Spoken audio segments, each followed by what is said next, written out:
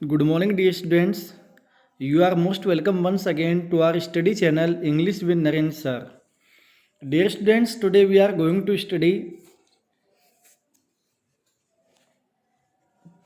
uh, chapter number 2 from poetry section from our textbook Beehive.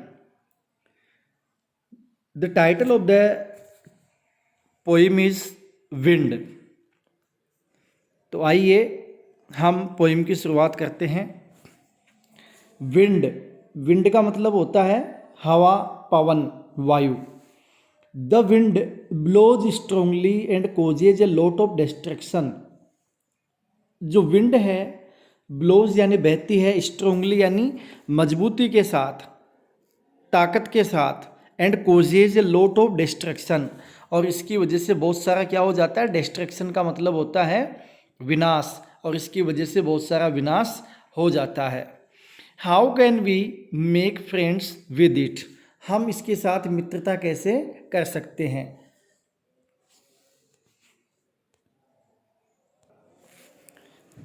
तो आइए देखते हैं कवि विंड के बारे में क्या हमें जानकारी दे रहा है। कवि कह रहा है, the poet is saying wind come softly. Poet क्या कह रहा है, विंड कम सॉफ्टली, कि हे पवन देव आप धीरे चलिए। सॉफ्टली का मतलब धीरे।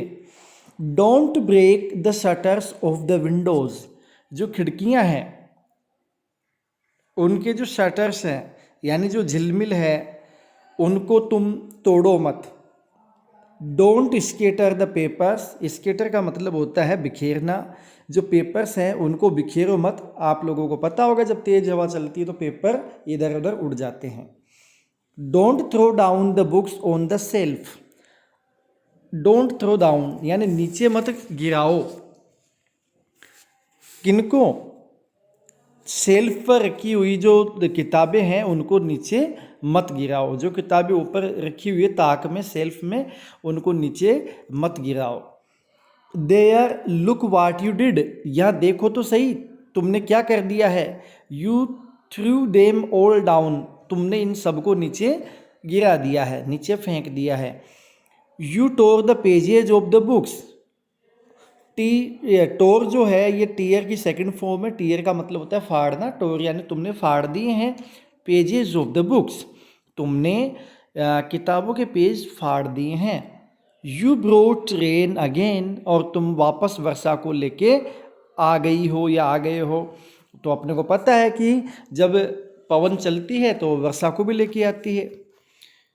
You are very clever at poking fun at weaklings. You are very clever at. तुम बहुत ही चतुर हो। पोकिंग फन यानी कि खिल्ली उड़ाना, मजाक बनाना। एट वीकलिंग्स, वीकलिंग्स यानी कमज़ोर, कमज़ोर लोगों का, कमज़ोरों का मजाक उड़ाने में, खिल्ली उड़ाने में तुम बहुत ही चतुर हो। Frail crumbling houses. फ्रेल यानी कमज़ोर, क्रम्बलिंग का मतलब होता है टूटने वाले, हाउसेज यानी घर, कमज़ोर टूटने वाले या टूटते हुए घर। क्रम्बलिंग डोर्स यानी कि कमज़ोर दरवाजे। क्रम्बलिंग राफ्टर्स, कमज़ोर राफ्टर होते हैं, जैसे आप लोगों ने देखा होगा कि छत को सपोर्ट देने के लिए एक बीम जो होता है ना, जैसे लकड़ी के बीम कई बार छत की सपोर्ट देने के लिए बनाए जाते हैं, उनकी बात हो रही है यहाँ पे। तो उनको, कमज़ोर बीम्स को, कमज़ोर जो राफ्टर हैं उनको। क्रम्बलिंग वुड, कमज़ोर लकड़ियाँ, टूटती हुई लकड़ियाँ। क्रम्बलिंग बॉडीज, टूटते हुए शरीर यानी कमज़ोर शरीर। क्रम्बलिंग लाइव्स, टूटता हुआ जीवन यानी कि कमज़ोर जीवन। क्रम्बलिंग हार्ट्स, टूटते हुए हृदय। इन सब को तुम क्या कर देती हो, प्रभावित कर देती हो। इन सब को तुम अपने ताकत के बल पर इनको तुम रोंद देते हो। ठीक है। तो यहाँ इन पंक्तियों में कवि जो पोइट है वो ये कहना चाह रहा है कि जो पवन है, पवन के माध्यम से वो ये बताना चाह रहा है कि जो कमज़ोर होते हैं संसार में उनको ताकतवरों के द्वारा कहीं ना कहीं परेशान किया जाता है, उनको रोंदा जाता है या उनको प्रताड़ित किया जाता है। आगे देखते हैं। एक पार्ट यहाँ ख़त्म हो गया, सेकंड पार्ट इसका है। इसमें जो भाव है वो एकदम चेंज होके आएगा कवि का। The wind god winnows and creases them all. Wind god यानी पवन देव, जो पवन देव है, विनोज, विनोज का मतलब होता है, आप लोगों ने देखा होगा महिलाएं गेहूं या जौ या और किसी भी प्रकार के जो अनाज होते हैं उनमें से जो मतलब जैसे ये जो होते हैं ना जिनको हम तुस वगैरह बोलते हैं, उनको अलग करने का काम करती है। उनके पास एक छाजला सा होता है, उससे वो उसको अलग करने का काम करती है। इसमें कोई पिक्चर अगर ऐसी कुछ है तो मैं आपको दिखाने का प्रयास करूँगा। यहाँ देख लीजिए, आगे दी गई है। यहाँ पे दो महिलाएं हैं और ये जो काम कर रही है यानी अनाज को ऊपर से बरसा रही है एक पात्र में लेकर, जिसको हम लोग लोकल लैंग्वेज में छाजला वगैरह भी बोलते हैं।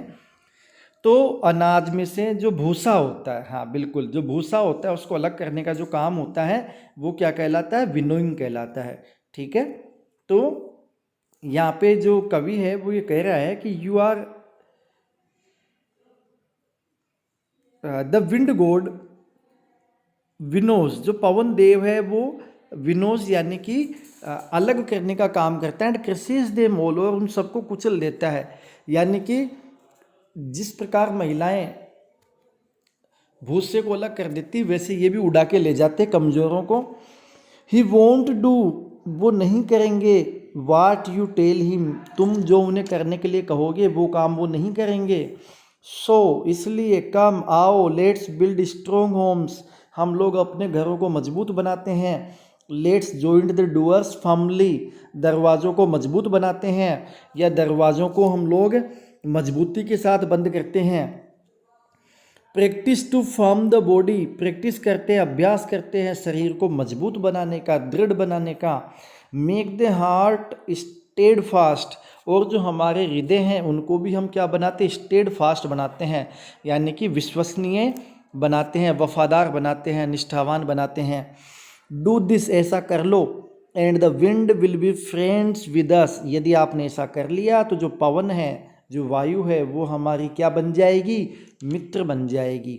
The wind blows out weak fires, जो विंड होती है, जो पवन होती है, वो कमज़ोर जो अग्नि होती है, वीक फायर होती है, उसको ब्लो आउट यानी बुझा देती है। He makes strong fires roar and flourish, लेकिन जो तेज आग होती है, स्ट्रॉन्ग फायर होती है, उसको वो रोर यानी भभका देती है, फ्लरिश और ज़्यादा उसको तेज कर देती है। हिज फ्रेंडशिप इज़ गुड, उसकी मित्रता अच्छी है। उसकी ये जो हिज वर्ड यहाँ पे आया है, किसके लिए आया है? This word is used for wind. We praise him every day, हम उसकी रोजाना प्रशंसा करते हैं। तो यहाँ इन पंक्तियों में जो पोइट है वो ये बताना चाह रहा है कि हमें स्वयं को शारीरिक, मानसिक व अन्य सभी प्रकार से मजबूत बनाना चाहिए, क्योंकि अगर हम इस प्रकार से मजबूत हो जाएंगे तो सभी ताकतवर आपसे मित्रता करना चाहेंगे। और ये संसार का नियम है कि कमज़ोर को और कमज़ोर करते हैं और ताकतवर को और ताकतवर करते हैं। अर्थात जो लोग कमज़ोर होते हैं वो कमज़ोर ही होते चले जाते हैं, और जो ताकतवर होते हैं उनके दूसरे लोग भी मित्रता करना चाहते हैं, उनके साथ निभाना चाहते हैं और उनकी ताकत बढ़ती जाती है। इसलिए इस पोइम के माध्यम से जो पोइट है वो हमें ये मैसेज देना चाह रहा है कि हमें अपने आप को मजबूत बनाना है और अपने आप को फिजिकली, मेंटली स्ट्रॉन्ग बनाना है। तो dear students, this was the poem for today. I hope you have enjoyed this poem very well, and we will meet soon in our next chapter. Till then, take care. Bye.